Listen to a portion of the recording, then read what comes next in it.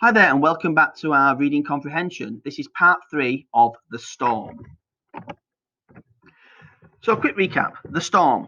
Like a black wolf, dark clouds crept through the night sky and covered the land with a thick blanket of fear and gloom.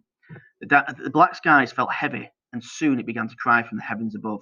There was no escaping the storm's anger. The wind howled an angry banshee as she swirled her way through the trees, over the river and across the moors to Potter's farm.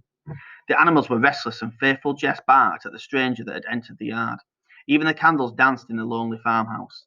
"Let me in!" she screamed. Quick flashes of lightning burst forth, and with them came grumblings of a giant's thunder. The cornfields waved in the distance. "Let me in!" she screeched. The rain tapped on the windows and pounded on the door. The barn doors could be heard rattling in the distance. "Let me in!" she shrieked, and the saws and spades all clattered and clanged in the tool shed, but the iron beasts that they surrounded stood firm and would not move. And old Farmer Potter sat in his armchair, Meg curled up on his lap, with a cup of hot chocolate to warm his hands and his favourite slippers to warm his feet. He looked out from the eyes of his castle and smiled a warm smile. So today we're going to be looking at inference and deduction questions. So just a quick recap of what inference and deduction are.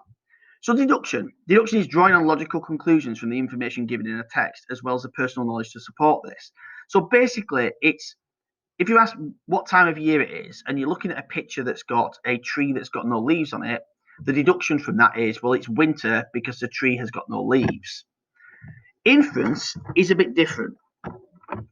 Whilst it's similar in some respects, it's more of a case of reading between the lines. It's a bit like putting a jigsaw together with pieces missing and only part of the final picture there to guide you. It does involve a little bit of sensible, what we call guesswork, to support these ideas, but the evidence to support your guesswork has to be within the texts.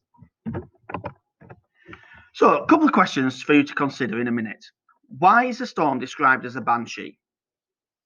Why does the author choose to include so many words linked to sound? Can you find any? Pause now and think about your answers.